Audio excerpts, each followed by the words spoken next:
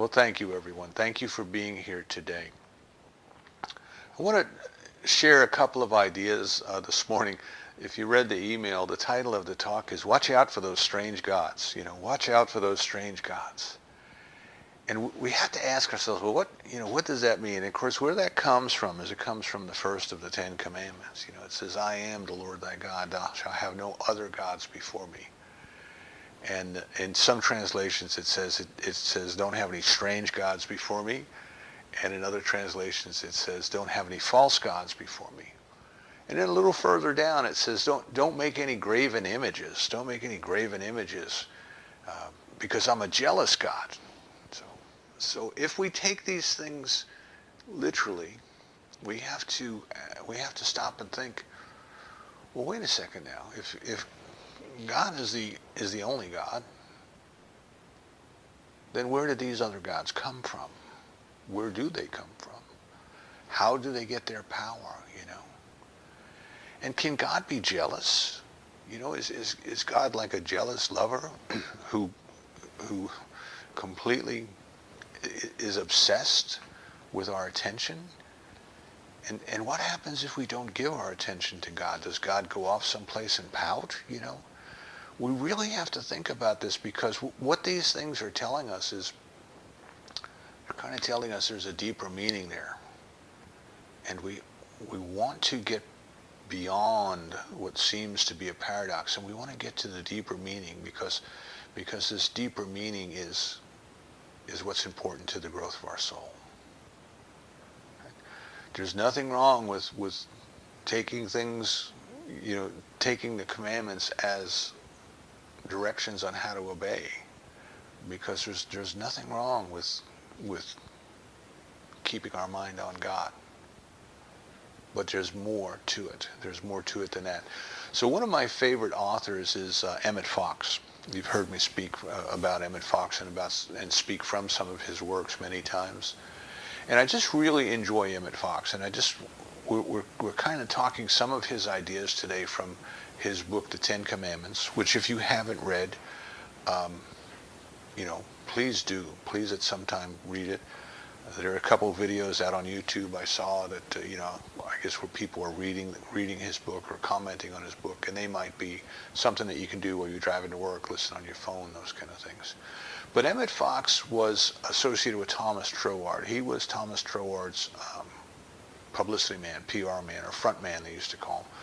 So when Troward would go on a lecture circuit, Emmett Fox would get into town first. He would rent the hall. He would print the tickets. He would publish the advertising flyers and go around town and place them in store windows and all those sorts of things. And Emmett Fox, later on, when he went into the ministry, he said that it was his goal to kind of take the ideas that Thomas Troward was teaching and to make them more accessible to people. Thomas Troward, for those who have read Troward, he's difficult to follow. His works were transcribed from spoken lectures. You would think that the people who transcribed them got paid by the semicolon, because sometimes there's a sentence, there's a paragraph that is just one sentence, the entire paragraph. But Emmett Fox had a way of kind of relating to people and making things accessible and making things simple and humorous, and kind of this whole idea that we can be sacred but not serious. We can be sacred but not serious. We don't have to walk around with long, drawn faces with ashes on our heads, or on our skin. The old people would put ashes on them to make themselves look like they had been fasting longer than they had. Those sorts of things. But I'll just give you a couple of ideas from Emmett Fox to illustrate his very eloquent but simple way of demonstrating what at times might be a complex point. And the one story he gave, this little story, is about a lady who lived way out in the country, and she was up in her years, not very strong, you can kind of get the image of a frail old lady. And she lived in a farmhouse in the country. And what they would do in the springtime is they would open all the doors and windows, when the weather got nice in the spring, they would open all the doors and windows of the house and it would air the house out. I don't know if you ever remember your mom doing that when you were a kid, but that was, it was kind of like a spring ritual. You open all the windows and somehow the fresh air was going to come in and make the house smell new. And then this lady took a broom and she started sweeping the floor. And what they would do is they would sweep the floor, and of course you sweep towards the door. And they would sweep all the dust and dirt up off the floor, and then they would get up and they would just kind of push it out the front door, push it out the back door, whichever door they were working towards. And while this lady was doing that, she didn't see well. She had cataracts in her eyes, and she didn't see very clearly. While she was doing that, there was a circus had come to town. And the lion got away from the circus, and the lion was kind of running through the neighborhood, and the people were all chasing, the circus people were chasing after the lion with nets and ropes and trying to catch it and bring it back to the circus. And this lion ran in the lady's door, which was open, and it hid under her stairs. And she didn't know it was a lion. She thought it was a donkey. And she took the broom and she went over and she's beating this lion over the head, and she's yelling at it, you know, you stupid donkey, you don't belong in here, get out of my house. And she's pointing to the door and she's just getting animated. And the lion looks at her, and the lion runs out the door, right? And the lion runs straight into the nets of the handlers that were chasing it. And they caught the lion and they went and they talked to the lady and they said, you know, are you okay? She said, yeah, why do you ask? And she says, well, the lion was in your house and we were concerned. She said, lion? I thought it was a donkey. And she faints. And they had to take her to the hospital. And of course, the point of the story, now all teachers teach in parables because we remember that image. We remember the image of a little old lady beating a lion over the head with a broom. But the point of the story that we'll take away with that is that when she thought it was a donkey, she behaved as if it was a donkey. And it behaved as if it was a donkey. It responded to her accordingly. She wasn't the least bit afraid. When she found out it was a lion, she started to think about what might have happened. Now, it didn't happen, but she thought about what might have happened, and she passed out. So where did all of this occur? You say, well, the lion was hiding under the stairs. Yeah, but where did it all occur? Where did the perception that it was only a donkey occur? And it occurred inside her consciousness. And where did the fear arise? The fear that led to her passing out and being taken to the hospital. And the fear arose inside her mind, inside her consciousness. So what he's telling us quite simply is, it is what you believe. It is what you believe that determines the experience that you will have in life. And we'll remember that. We'll remember that. Another story I remember that he told, now he was the pastor of the First Church of Divine Science in New York City. So he was speaking in New York, or in the New York area. They met over in the Hippodrome, a racetrack in New Jersey, for a while. About 4,000 people would come on a Sunday to listen to Emmett Fox speak. And Emmett Fox was talking about the Statue of Liberty in New York Harbor. Now, of course, everybody who's been to New York and everybody who lives in New York is familiar with the Statue of Liberty. We saw it every day when we were going to work. The building that I worked in downtown Manhattan, I looked out the window every day. There it was, you know, half a mile away from our building. We were intimately aware of it. So Dr. Fox was doing his Sunday talk, and he's talking in great detail about the Statue of Liberty and how the copper has turned green, and he's talking about the points on the crown on the top of the head, and he's talking about the torch and the raised arm and how Lady Liberty is holding up the raised arm, and he's talking about the plaque that's inscribed with the famous inscription, send me your homeless, you know, all these things. And he stops and he says, okay. He says, everybody, stop thinking about the Statue of Liberty. Just don't think about the Statue of Liberty. And he started talking some more, and he stopped and he said, are you not thinking about the Statue of Liberty? And of course they were. You know, they couldn't get it out of their mind. Because the more he told them not to think about it, the more they were thinking about not thinking about it, which was thinking about it. So he chuckled a little bit, and he went on, and a little bit later on in the talk, he started talking about a time that he went to Paris. And while he was in Paris, he went to see the Eiffel Tower, and he talked about what a marvelous engineering feat it was. Dr. Emmett Fox was an engineer. Actually, he was an electrical engineer, but he was into the engineering profession. You know, engineers like things like that. And he was talking about how marvelously it was constructed and how tall it was and how the elevators that went up and down were actually powered by water, you know, that there were water ballast tanks that filled and emptied, and the difference in the weight when they either filled or emptied was what made the elevator go up or down. And he's describing the Eiffel Tower in intimate detail. And he stops and he says, now, how many are thinking about the Statue of Liberty? And of course, no one was thinking about the Statue of Liberty. They were engrossed in his description of the Eiffel Tower. And the point that we take away from that story is, if you want to stop thinking about something, you have to think about something else. So you can't tell yourself not to think of the Statue of Liberty. You can't tell yourself not to think of the white elephant, to put it in terms that we get from the East.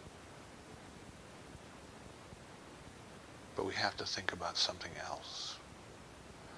So this is why when we're thinking of an illness, for example, if someone is sick and they come to a practitioner, or they come to you and they ask you to pray for them, to treat for them, we don't spend a lot of time talking about the disease. We don't spend a lot of time fighting the disease.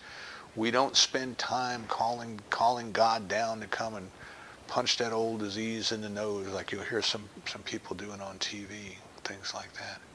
See, because the energy that the disease has is the energy that we give to it. The disease is the lack of ease.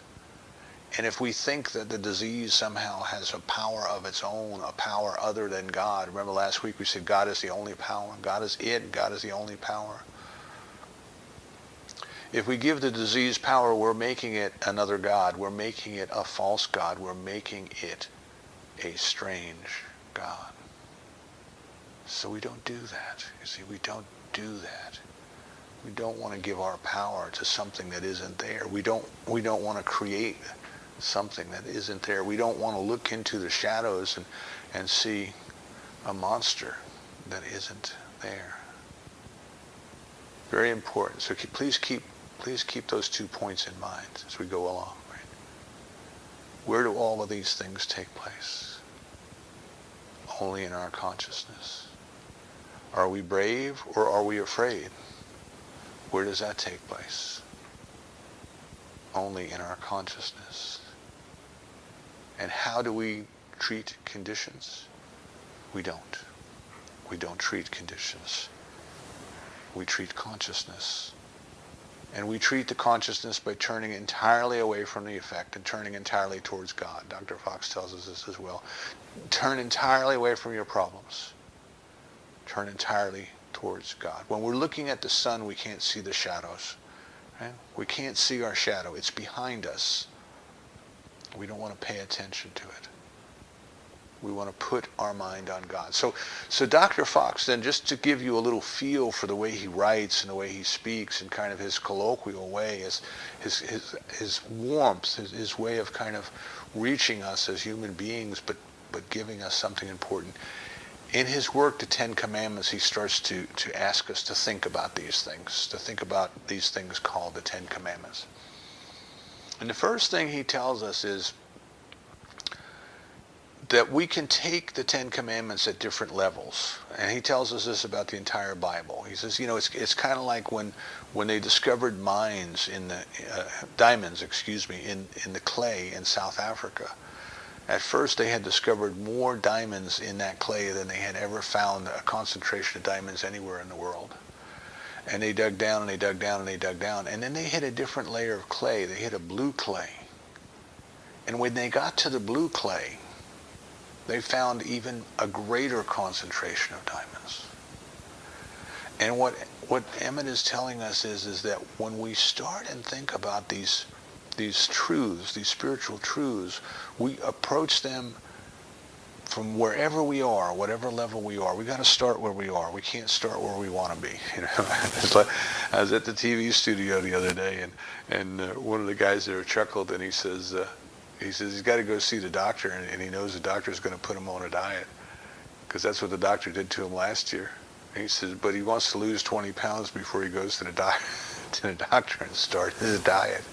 You know, we don't want to start where we are. We want to start where we want to be. So we approach these truths, we approach the commandments, and we look at them, and at the one level it says, thou shalt have no other gods or strange gods or false gods before me. It says, I'm a jealous God. Don't worship graven images. And at the service level, we say, well, what in the world does that mean? You know, what does that mean? I remember as a kid, you know, when we were being taught the Ten Commandments in catechism in school, you know, I asked an expert, the kid who sat next to me, you know, I said, well, what does this mean? What is a graven image, and what is a false god? What are we talking about here? See, I had never been exposed to any other religion except the one that I was brought up in. You know, we didn't talk about those things. In fact, there was a saying in our household, you never talk about religion or politics, you know. I didn't know that there was any other way of thinking than the one that I was raised in. You know, it was our way was the right way, and it was the only right way, and we just never talked about anything else. And it's funny because later in life, when I started to do my family history and genealogy, I look in the background, and there are people of many different faiths in my family tree. You know, and recently discovered that I've got some Puritans in there who came over in the 1630s. They came over from England, settled in Plymouth Colony, and moved to Connecticut. And I'm just wondering, what in the world would those Puritans think if they realized that some of their descendants became Catholic? You know, they must be rolling over in their grave. So we just didn't talk about those things as a kid. So I asked the expert sitting next to me, I said, you know, what does this mean? And he says, you know, like if you ever look in National Geographic or you watch, you know, the adventure shows on TV, and they go to these islands in the South Pacific, and the people there, they have these little mud gods that they make, and they build altars to their mud gods, and they worship the mud god. He says, that's a false god. That's an idol. That's a graven image. I said, oh. And it never even occurred to me that if I walked next door from the school to the church, and if I walked in there, that to an outsider, that entire building looked like it would be filled with plaster gods. You know, it had all different statues of the saints. You know, and on the front wall there was a crucifix with a big plaster statue of a crucified Jesus. But we were taught that these are not the things that we worship, but these are only symbols that kind of bring our mind to remember the persons. So we're not worshiping the statue, we were worshiping, or thinking about at least, the people the statue represented. They were symbols of that. So I still didn't understand. You know, I had an explanation that I kind of ran with, you know. Oh, I understand now. God was speaking to those people who live on the South Pacific Islands who worship mud gods. Didn't mean anything personally to me, you know, because I couldn't even see how it might apply to me. I couldn't even see that, you know, the atmosphere that I was in, somebody could construe it the same way that I was looking at the mud gods over in the South Pacific. So what does this mean? What does this mean? Don't have any other gods. Don't have any false gods. Don't have graven images. And God is a jealous God. So Emmett Fox gives us some insight in the Ten Commandments that I'd like to share with you today. And the first thing we want to think about is that in the order, the order in which the commandments come down. Now, remember, Moses came down the mountain and he saw the people worshiping the golden calf, right? The false god, the image, the graven image. And he threw the tablets down, the tablets that God had written the commandments with his own finger, is the way the story goes. Moses threw them down and shattered them, and they were broken. He was so disappointed with the people. See, at that time, there was a religion that the god was Baal, B-A-A-L, and it was a cow god, or a bull. And the people worshiped that cow, or worshiped that bull. And when Moses came back down the mountain, what it means is the people went back to their old ways. They went back to their old God. Now here's Moses, who had just been up on the mountain. He had the mystical experience. He had the burning bush experience, which is a mystical experience, a fire which burns and it does not consume. And he heard this voice. He heard the voice of God. You know, he had this experience of God. And he's been in touch with all that there is. He's been in touch with the only power, the only truth, the only love of the universe. You can imagine the elation. And here the people are going back and they've fallen back to their old ways. So he threw them down and he broke them. Now, it raises a couple of questions. You're like, so the commandments we have now, are they the first set of commandments that Moses was given? Or are they a different set of commandments? What happened to the stuff that was broken? Do we know what was on those? And of course, Father Guido Sarducci in Saturday Night Live had great fun with that. And he said, yeah, there's commandments missing. We lost them. And one of them was don't go swimming within an hour after eating. You see, your mother was right. But from a deeper point of view, from kind of a metaphysical point of view, there are some teachings that say, well, what happened is when Moses came down the mountain and he saw that the people were still caught up in their old ways, he realized that the commandments that he had, they wouldn't know what to do with. They weren't mature enough, or they hadn't grown enough spiritually for those to even make sense. So he broke them and then wrote down a simpler version for them to follow. Have no other gods before me. See, stop worshiping these graven images. Now, even with it, I just want to say for a minute that I've done some reading into the different what we would call today cults, which I really don't like the word because it's used in a very derogatory term, but different religions and their different approaches to things.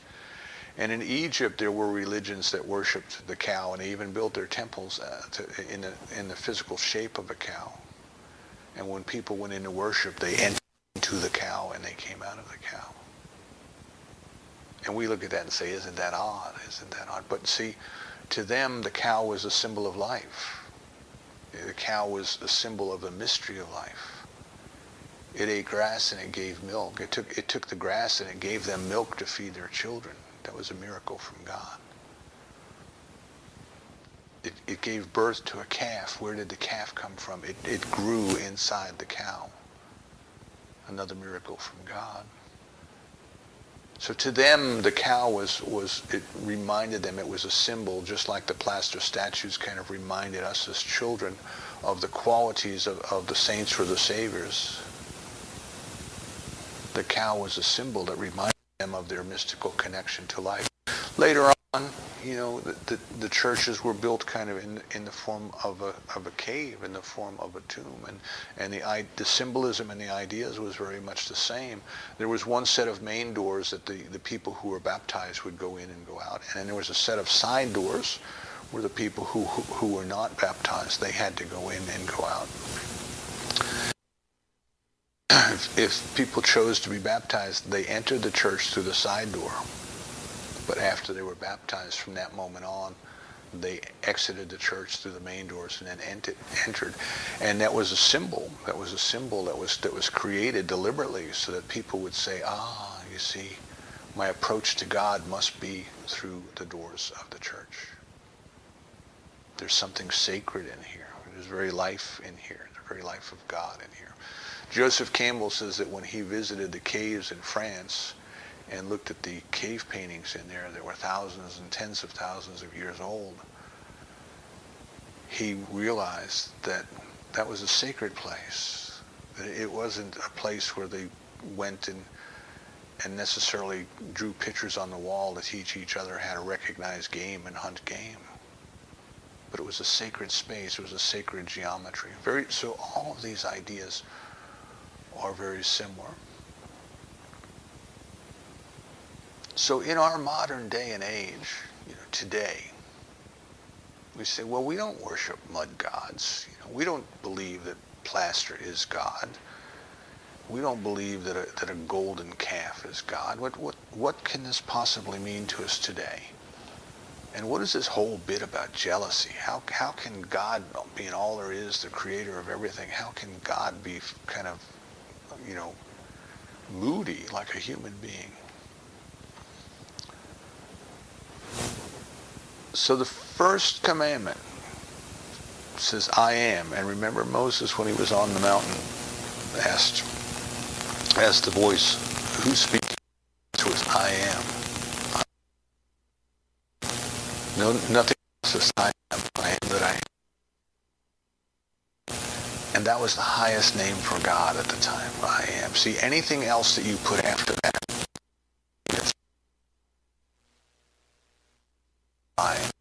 I am Jim, I'm not you. American, I'm saying,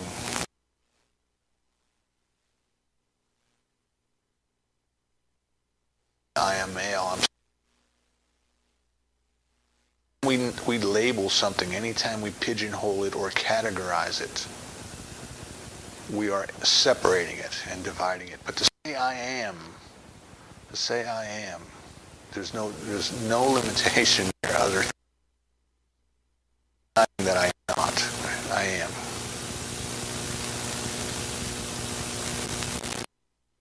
We could take that concept over to Buddha. The suchness. It is. See, God just is. Just is. And we have no other gods before. We shall have no false gods. We shall have no strange gods. Look out for those strange gods. Why is that important? Because it is done unto you according to your belief. When that old lady believed it was a donkey, when she found out it was a lion.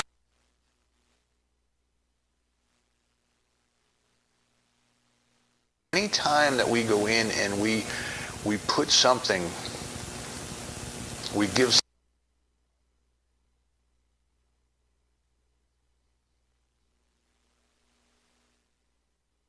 we have a false.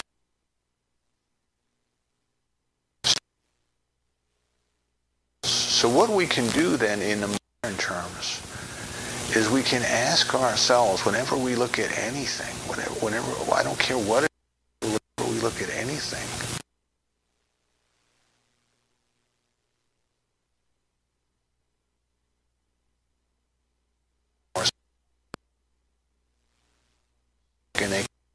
and they say, can you pray for me? Keep me in your.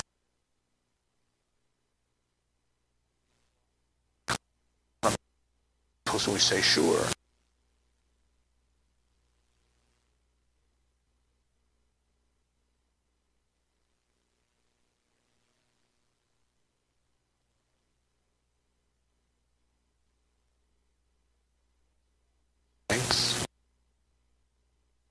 Turn to the only one and only thing there is, which is God is all there is.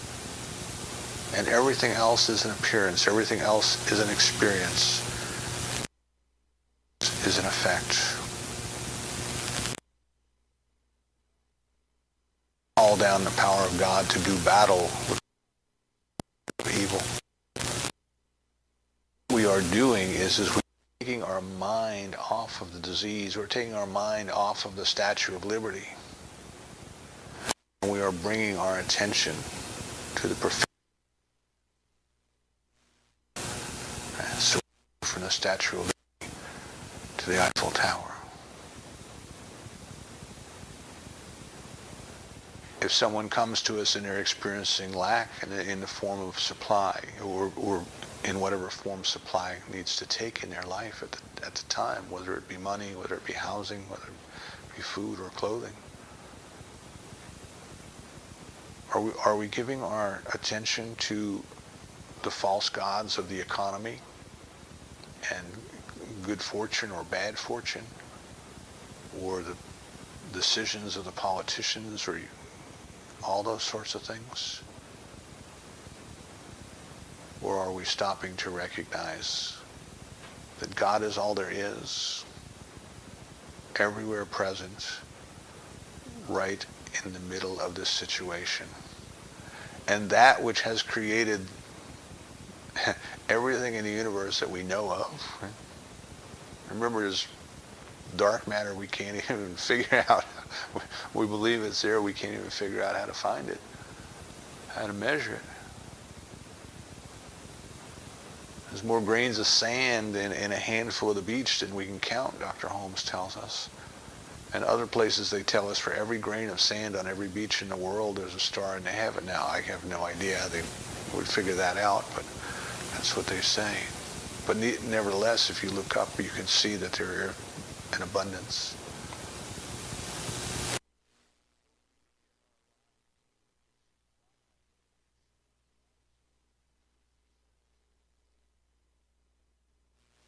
Pray for me, treat for me.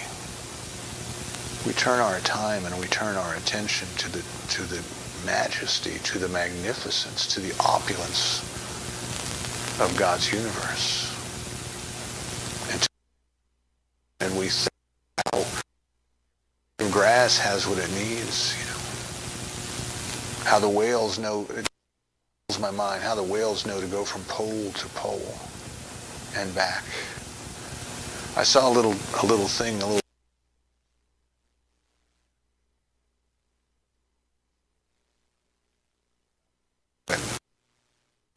every year the penguin migrates 5,000 miles and goes up on a beach to greet this man who saved its life some years ago. How does a penguin know? How big is a penguin's brain? How does it know? What guides it along its way?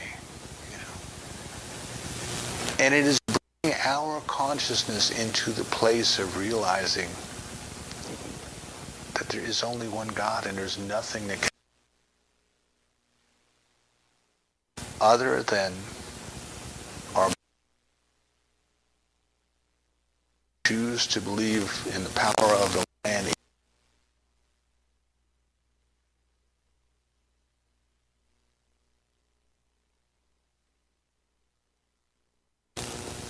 Now we come to this bit about a jealous God.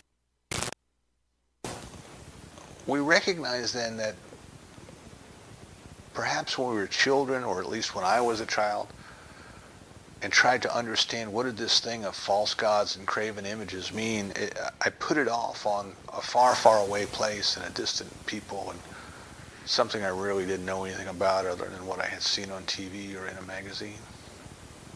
But it's more personal than that. It's more personal than that. Who creates these other gods? We do. We do. In our consciousness, we do. Who created the donkey? The old lady did in her consciousness, you see. Who created the fear of the lion? She did in her consciousness. And we are the ones who create these false gods because God can't create false gods. There's only one power. It cannot create its opposite. Its opposite is not a reality. These things exist only in consciousness.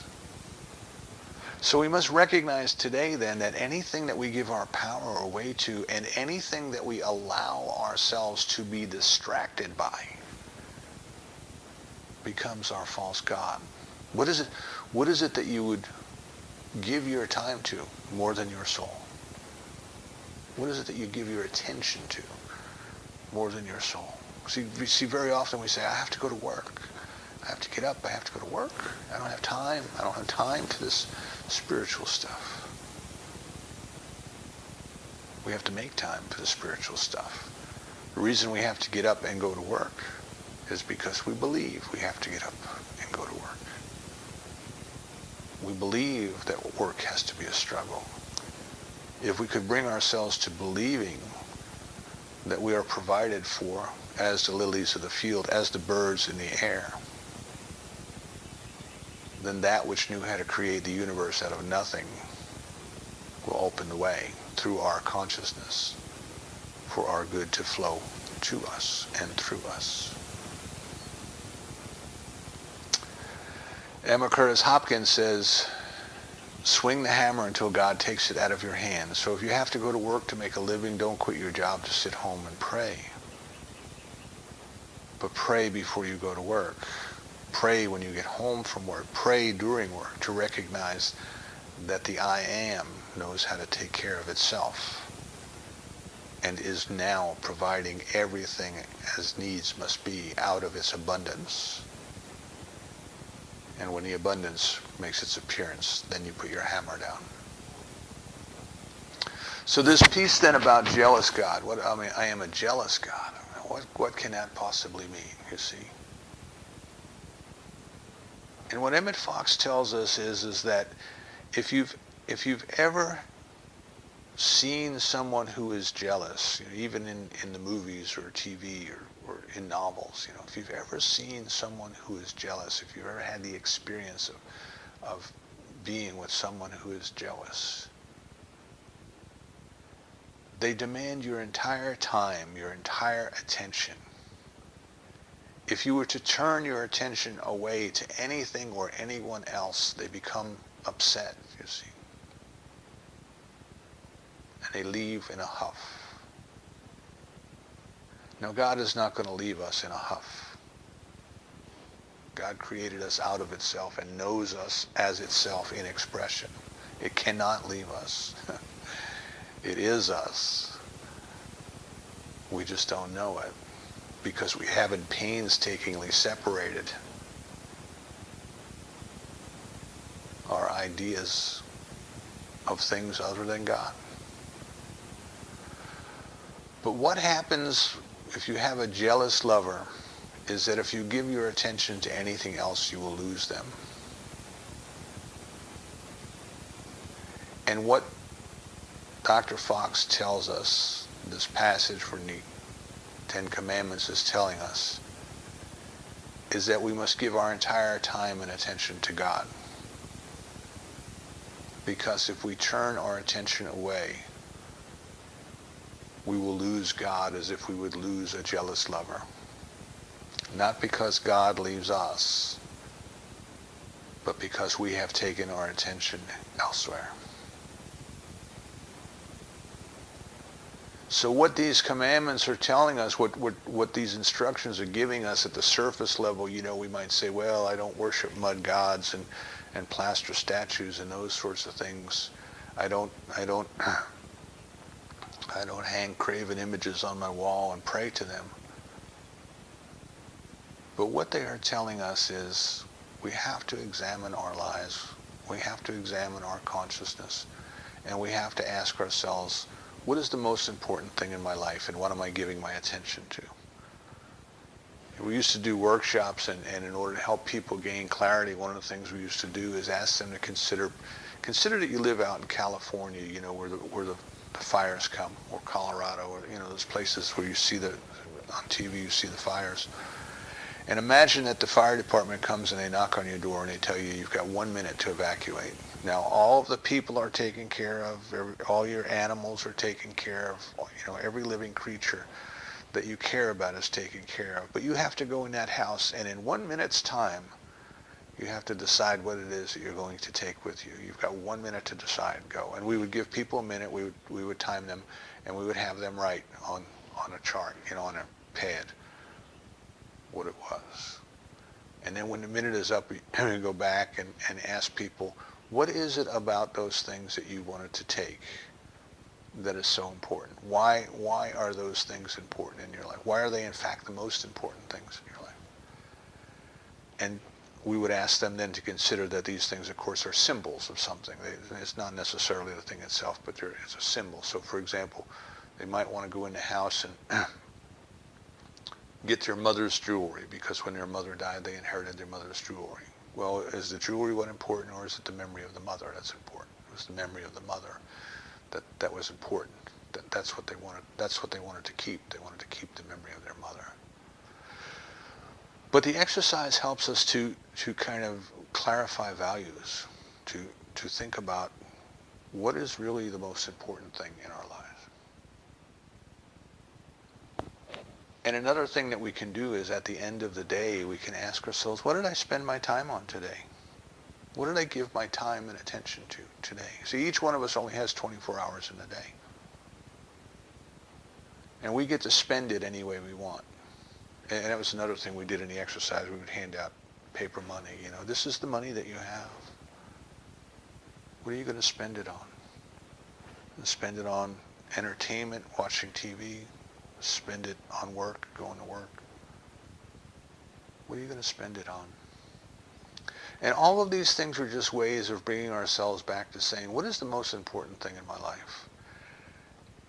And does my behavior of what I am giving my time and attention to support my words? So if I say that this is the most important thing in my life, but I'm giving my time and attention every place else, so you've got a discrepancy there. You may want it to be the most important thing in your life, but it is not yet. It is not yet. And all that does is give us feedback so that we can then kind of bring ourselves back to where we want to be. Not judgment, not punishment, not guilt, but just say, oh, you know, yeah, I guess I'm spending all my time doing all these other things. And what's really most important to me is separating myself from everything in my life that's not like God. So that then brings us towards the close and to another commandment that we should consider, and that is to keep holy the Lord's Day, keep holy the Sabbath. Now, there are some cultures that the people who are in these cultures that they do nothing on, they will do no physical activity on the Sabbath. I knew where I grew up in New York, there was a fellow telling me that he was walking down the street one time, and a man came out and said, he said, do you want to make $10? The guy said, sure. He said, well, come in my house, and I'll tell you what to do. So he went in the house, and the guy said, turn on the light switch. The man said, right there? And he said, yeah. He said, turn on the light switch. So the guy turned on the light switch, and the man handed him the $10. And he said, well, why did you pay me the $10 to turn on the light switch? Why didn't you turn it on yourself? And he says, because I'm not allowed to do any work today. Today is the Sabbath. So there are people who take that quite literally. That is their culture and that is their religion. Do nothing. And the intention there of why this is a commandment, why this is important to us, and why it is up near the top of the list, is that we have to make time. We have to make time for our spiritual growth. We have to, in New Testament terms, we have to go within. We have to go in secret in the prayer closet, not out there in the world of distraction, not while the TV's playing, not while the radio's going, not while we're mowing the lawn. We can learn to do those things.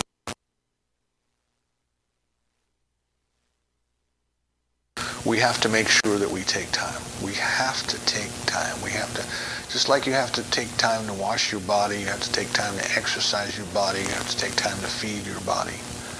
You have to take time for your soul. And that's what this commandment about keeping holy the Lord's Day. The idea was take one day a week. Just take one day a week where you withdraw from the world around you, where you don't get caught up in the day-to-day activities, and you just bring your mind to God. Bring your soul to the awareness of God. And then what happens? We grow, we recognize that one day a week is limiting. One day is not enough.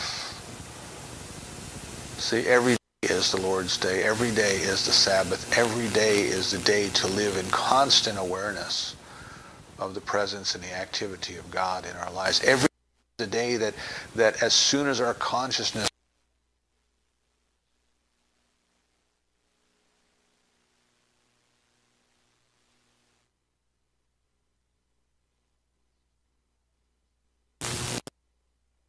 instrument of love this day.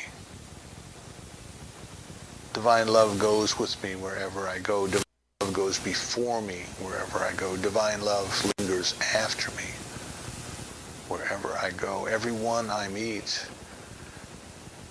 is the loving presence of God.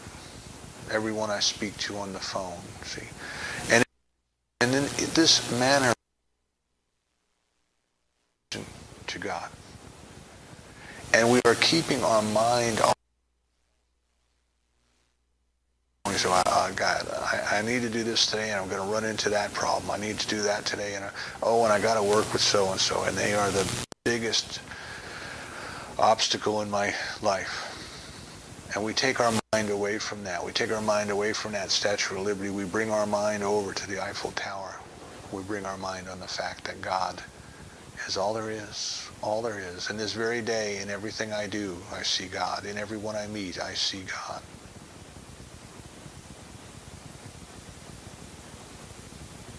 And I dwell. I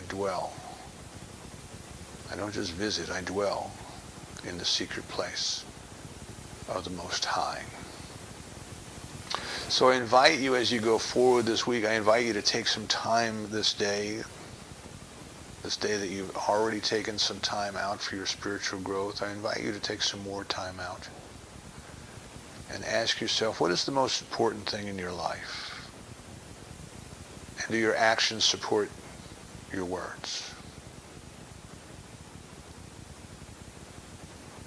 Where in your life may you have given your power away to something other than God? Where do you believe in a power other than God? Where do you believe in a false God or a strange God or another God? And are you willing to take the time to do the spiritual practice to turn your mind away from that idea, that Statue of Liberty, and bring your mind to the Eiffel Tower, the realization, the God realization, the realization of the I Am, the I Am. Divine love has created each and every one of us out of itself, in its image and likeness. It has left us alone to make the discovery. That discovery really depends mostly on our willingness to do our spiritual practice, to release and let go of all of the false ideas, the false gods, the graven images that we have, and to just simply be at home with the Beloved.